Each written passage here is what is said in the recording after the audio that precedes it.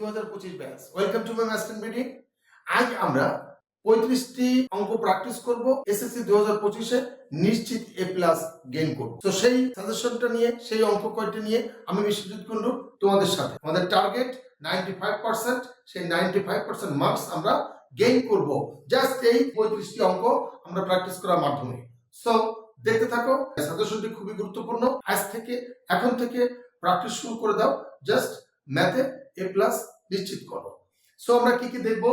আমরা জানি যে ক বিভাগ বীজগণিত, এই বীজগণিত ক বিভাগে 8টি অধ্যায় আছে। এই 8টি অধ্যায় থেকে আমাদেরকে 8টি অধ্যায় পড়ার মাধ্যমে আমাদের সৃজনশীল 20টি মার্কস আমরা গেইন করতে হয়, 20 মার্কস আমাদের পেতে হয়। তো কয়টি অধ্যায়? 8টি অধ্যায়। তো এখান থেকে আমরা সব অধ্যায় প্র্যাকটিস করব না, আমরা জাস্ট 2, 3, 4, 5 আর 13 এই 5টি অধ্যায় আমরা প্র্যাকটিস করব। প্রত্যেকটা অধ্যায় থেকে 2-3টা অঙ্ক প্র্যাকটিস করব। হাইয়েস্ট 10 থেকে 12টা অঙ্ক প্র্যাকটিস করার মাধ্যমে আমাদের বীজগণিত কমপ্লিট হয়ে যাবে। মেইন বইয়ের সেই অঙ্কগুলো কি কি, তার আগে বলে রাখি এসএসসি 2025 ইম্পর্টেন্ট ম্যাথ এই প্লেলিস্টে গেলে কিছু ইম্পর্টেন্ট ক্লাস দেওয়া আছে এবং চলছে। তো সেইগুলো প্র্যাকটিস করার মাধ্যমে তোমরা কি করতে পারবে যে একটি অঙ্ক প্র্যাকটিস করবে, অনেকগুলো অঙ্ক তোমরা নিজেরাই বাসায় তৈরি করতে পারবে। এরকম ভাবে ডিটেলস দেওয়া আছে। তোমরা জাস্ট এসএসসি 2025 ইম্পর্টেন্ট ম্যাথ এই প্লেলিস্টে গেলে তোমরা ইম্পর্টেন্ট ক্লাস পেয়ে যাবে ম্যাথের উপরে।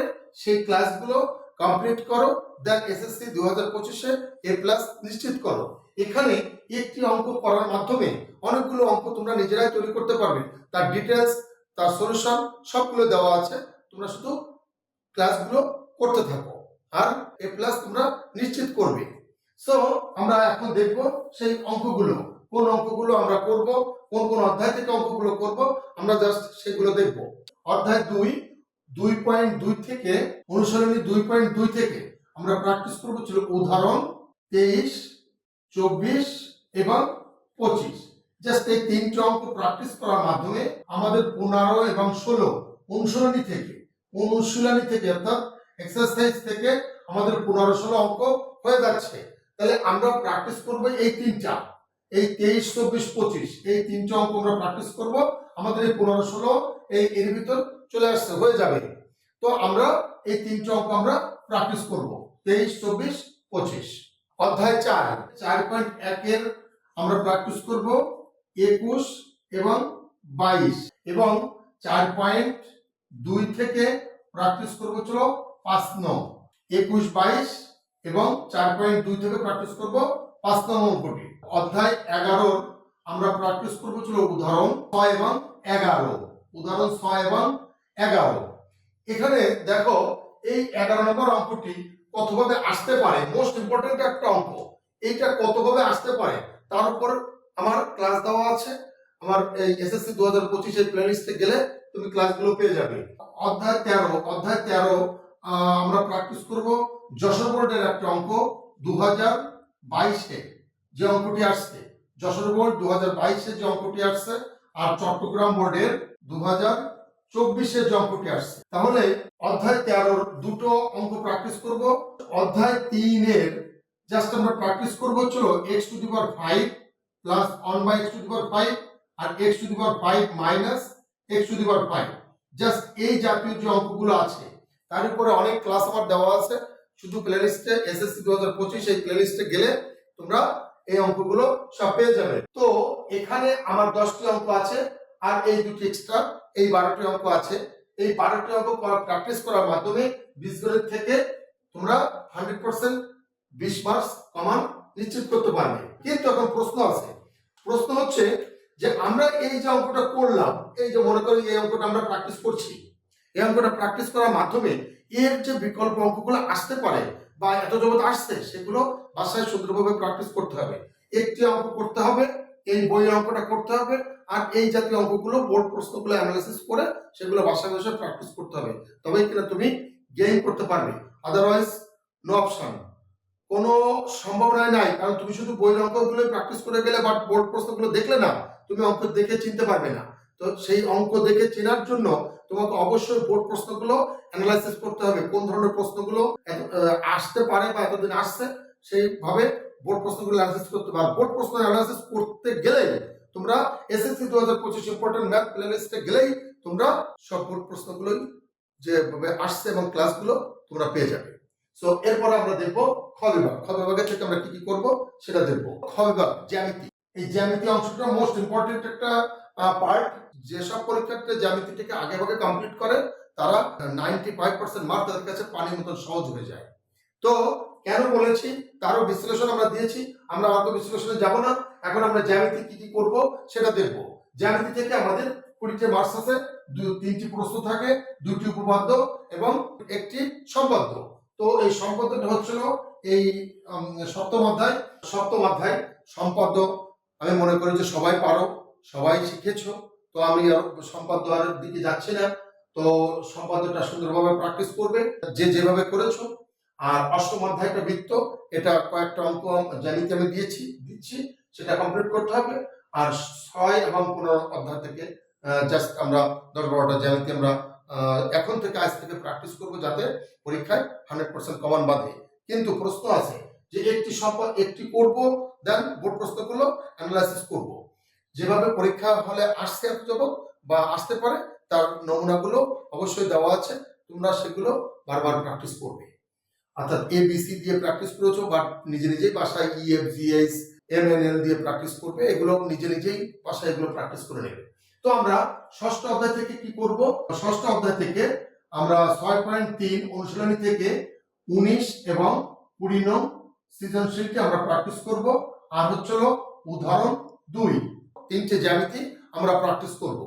আর এর সাথে আমরা কি করব, এই 15 অধ্যায় থেকে 9, 14 আর 17 জাস্ট এই 3টে অঙ্ক আমরা 3টে জ্যামিতি আমরা প্র্যাকটিস করব। জাস্ট আমরা কি করব, এই ষষ্ঠ অধ্যায় এবং 15তম অধ্যায় এই দুটো অ্যাড করে পড়বো। কারণ কেন পড়বো? কারণ আমার মনে করি যে এই দুটো জ্যামিতি থেকে একটি জ্যামিতি এসে যাবে। আবার এর সাথে অনেক সময় অ্যাড করে দেয় এই 15তম অধ্যায় থেকে। মনে করি যে আমরা ষষ্ঠ অধ্যায় থেকে একটি প্রশ্ন লিখবো, একটি জ্যামিতি লিখবো, তাহলে অবশ্যই তার সাথে 15টা অ্যাড করে নেবে। কারণ হচ্ছে ফাঁক রাখা যাবে না, একটা পড়বো তার সাথে যে অধ্যায় থেকে প্রশ্ন আসতে পারে, ব্যথা আসছে, সেটাকে কমপ্লিট করতে হবে। তাহলে ষষ্ঠ অধ্যায় যদি কমপ্লিট করি, দেন তার সাথে 15 অধ্যায়টা কমপ্লিট করবে, অবশ্যই করবে। তাহলে আমরা ষষ্ঠ অধ্যায় থেকে 19, 20 এবং উদাহরণ 2, 15তম অধ্যায় থেকে 9, 14, 17 এই 6টি জ্যামিতি আমরা সুন্দরভাবে প্র্যাকটিস করব। আমরা অধ্যায় 8 বৃত্ত সম্পর্কিত উপপাদ্য থেকে আমরা কি করব, 18, 20, 23 আর হচ্ছিল 26 এই উপপাদ্য 4টি প্র্যাকটিস করব। আর হচ্ছিল এক্সারসাইজ থেকে আমরা প্র্যাকটিস করব হচ্ছিল 8.1 এর 7, 8.2 এর 1 নং, 8.3 এর 3 নং এবং 8.4 এর 1 নং। এই 4টে এক্সট্রা আমরা করব। আর হচ্ছিল এখান থেকে এই উপপাদ্যগুলো প্র্যাকটিস করব। তো এই 10-12টা উপপাদ্য করার মাধ্যমে খ বিভাগ থেকে 20 মার্কস আমরা কভার করতে পারবো। আগে ভাগে জ্যামিতিগুলো কমপ্লিট করে নেবে। এরপর আমরা দেখব গ বিভাগ। গ বিভাগে আছে ত্রিকোণমিতি এবং পরিমিতি। ত্রিকোণমিতি পরিমিতি থেকে 3টি অঙ্ক থাকবে, 20 মার্কস। 2টি প্রশ্নের অ্যান্সার করতে হবে। তাহলে 3টি থাকবে, 2টি অ্যান্সার করতে হবে, 20 মার্কস। তার ভিতর ত্রিকোণমিতি থাকবে 2টি, পরিমিতি থাকবে 1টি। এখন প্রশ্ন হচ্ছে অধ্যায় আছে 3টি। আমরা যদি এই 3টি অধ্যায় থেকে যদি আমরা 3টি অধ্যায় প্র্যাকটিস করি, তাহলে তোমার দুটো কমন ভাববে। তো বিশেষ করে যারা পরিমিতি করো নাই, যারা পরিমিতি পারো না, করতে চাও না, আমি জোর করবো না, তাদের আর করার দরকার নাই। তারা 16 অধ্যায়টা অর্থাৎ পরিমিতি বাদ দেবে। পরিমিতি বাদ দিয়ে নবম এবং দশম অধ্যায় দুটো অধ্যায় প্র্যাকটিস করলে তোমাদের দুটো প্রশ্ন কমন বেঁধে যাবে। আর যারা করেছো তারা একটু ফোকাস দিয়ে যাবে। নবম অধ্যায় দুটো অনুশীলনী আছে, 9.1 এবং 9.2। 9.1 থেকে আমরা প্র্যাকটিস করবো ছিল উদাহরণ 10 এবং 11 এবং কাজের অঙ্কগুলো। আর এক্সারসাইজ থেকে 15, 17, 22 এবং 25। আর 9.2 এর প্র্যাকটিস করবো ছিল উদাহরণ 14 আর এক্সারসাইজ থেকে 23 আর 30, মানে একই অঙ্ক এর খ। আর হচ্ছে 26। এই 14 নম্বর অঙ্কটি প্র্যাকটিস করার মাধ্যমে এই অধ্যায়ের ম্যাক্সিমাম অঙ্কগুলো কমপ্লিট হয়ে যায়। তো একটি অঙ্ক প্র্যাকটিস করতে হবে, আর বিকল্প অঙ্কগুলো বাসায় বসে নিজেরাই তৈরি করতে হবে এবং নিজেরাই তার অ্যান্সার করতে হবে। তো হিউজ পরিমাণে প্র্যাকটিস করার মাধ্যমে সেই অঙ্কগুলো কিভাবে আসতে পারে, কিভাবে আসছে, সেগুলো বাসা বসে প্র্যাকটিস করতে হবে। আর এসএসসি 2025 ইম্পর্টেন্ট ম্যাথ প্লেলিস্টে যে সেই ডিটেলস গুলো দেখতে হবে। তো আমরা এই অঙ্কগুলো শুধু নবম অধ্যায় থেকে আমরা প্র্যাকটিস করব। আর দশম অধ্যায় থেকে জাস্ট আমরা কি করব, 16, 17, 18 এই তিনটি অঙ্ক আমরা জাস্ট প্র্যাকটিস করব। দেন আমাদের এই দুটি অধ্যায় প্র্যাকটিস করার মাধ্যমে আমাদের এই গ বিভাগ থেকে আমাদের দুটি অঙ্ক কমন পেয়ে যাব। যারা পরিমিতি করেছো জাস্ট তারা শুধু ফোকাস দেবে কিসের কিসের উপরে, সমবাহু ত্রিভুজ, সমদ্বিবাহু ত্রিভুজ, রম্বা, সামুদ্রিক ট্রাপিজম আর লোহার পাইপের একটা অঙ্ক আছে। জাস্ট এই 5-6টি অঙ্ক প্র্যাকটিস করলে তোমরা এই পরিমিতি থেকে একটি অঙ্ক কমন পেয়ে যাবে।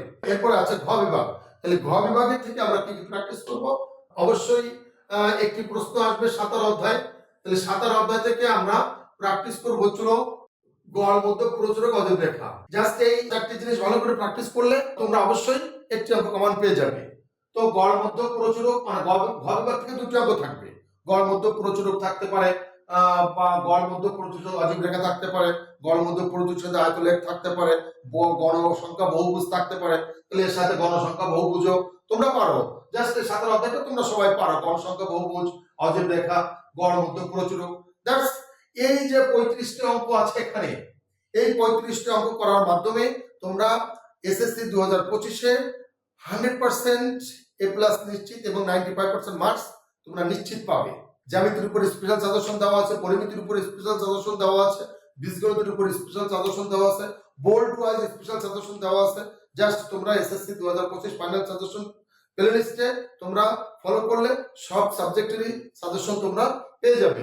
আর এসএসসি 2025 ইম্পর্টেন্ট ম্যাথ এই প্লেলিস্টে গেলে তোমরা ইম্পর্টেন্ট ক্লাসগুলো, ম্যাথের উপর ইম্পর্টেন্ট ক্লাসগুলো তোমরা পেয়ে যাবে, যেখানে তোমাদের একটি অঙ্ক করার মাধ্যমে অনেক অঙ্ক তোমরা করতে পারবে।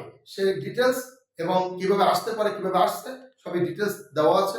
তোমরা শুধু ক্লাসগুলো এনজয় করো, সাজেশনগুলো ফলো করো, দেন এসএসসি 2025-এ অল সাবজেক্টে 95% মার্কস গেইন করো।